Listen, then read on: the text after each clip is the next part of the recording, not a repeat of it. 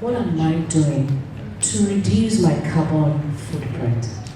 What am I doing to teach my children and the people around me to be aware of the anthropogenic activities that are culminating in terms of the greenhouse warming? So what am I doing to be able to reduce my impact on Mother Earth? I personally, with my research, I decided that when I was going to buy my car, I was going to buy a car powered by biodiesel. And then I bought a diesel engine car, and I make sure that whenever I want to fill my tank, I go to a company in Coast River that produce biodiesel from waste oil, and that's what I use to power my car. And that's my own contribution towards mitigating climate change in terms of my emissions from my car. And there's a company here in South Africa called AgroProtein. They produce maggots. They produce oil from maggots.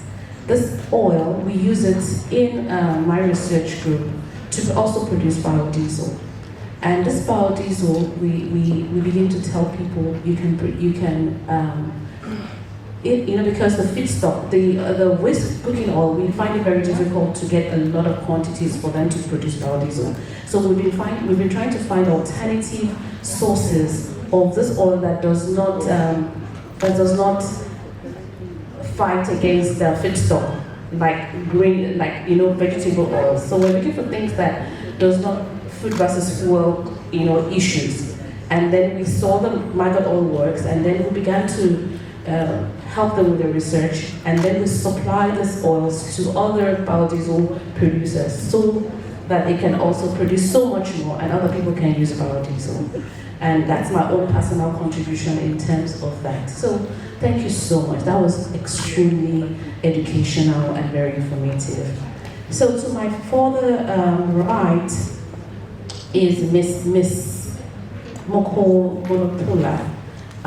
She's a climate change adaptation specialist, and her work is based on supporting clients, governments, companies, and communities to access vulnerabilities and climate change risk and identify solutions for climate change mitigation. So now I would ask her to pick up the microphone and tell us exactly what that role entails and how that role helps a woman to fight the climate issues, and how we can save Africa with respect to this. Thank you. Okay. Good afternoon, everyone. My name is Moho Monapula. So it's okay. I understand that sometimes we may struggle with pronouncing some of these beautiful names. So I work as a climate change adaptation specialist. I work for a company called Zutari. It's an engineering consulting firm that also provides climate change services. And within those services, we offer advisories in carbon neutrality. We also do climate risk assessments and a whole range of climate services that exist out there. So what I do specifically is to assess climate change risk for communities and also advise them on how best they can mitigate those risks or come up with adaptation strategies that actually works, informing policy and also building resilience and making sure that we are moving towards a more sustainable future. So what I've seen throughout my work is that while women are vulnerable, women represent a powerful force for change, and that is the most critical pillar for having a strategy or climate change adaptation strategy that can actually work. Women have knowledge, and the way we live with our environment, it's intimate, it's intertwined. We understand it way better than anyone else because women are farmers. women are food providers, women are nutritionalists, women are caretakers. So we understand that for us to feed our kids, to take care of our household, we need our natural resources. So we need to understand what is at risk, and we need to understand that that very wealth of knowledge and information that women possess also puts them or exposes them to more climate risks than any other person because of the burden of responsibilities that women have.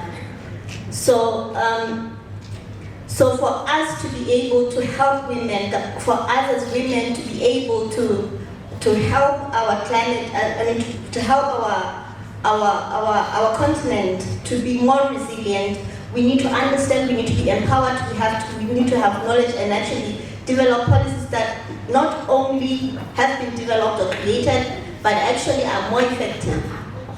And can only be effective if we actually consider the knowledge that women have and infuse it into the climate science and actually create something that is more context specific and that is responsive to the needs of those that are actually living on the land and are cultivating that land. That's awesome. So that's where we are. That's what we need to do. Really empowering women with the vast of knowledge they have, but also helping them to understand what science is, and then bring those together and ensuring that we bring context-specific and well-tailored policies that respond to the needs of everybody else and actually work. Thank you. Thank you so much. Thank you. So I'm going to present a certificate of appreciation for being on this panel. Thank you so much. And as we round up and as we leave, please tell yourself, I will reduce my electricity use. I will put on the lights whenever I'm leaving the house. I will reduce my consumption of water. I will try and use biofuels for my car. And I will try and cook in such a way that it's environmental friendly. Thank you. Can we have a quick group photo? Quick group photo. And then we are on to the last session of the day. We've saved a really incredible session for the last one because it's a mentorship session. So I believe it's going to be powwow and it's going to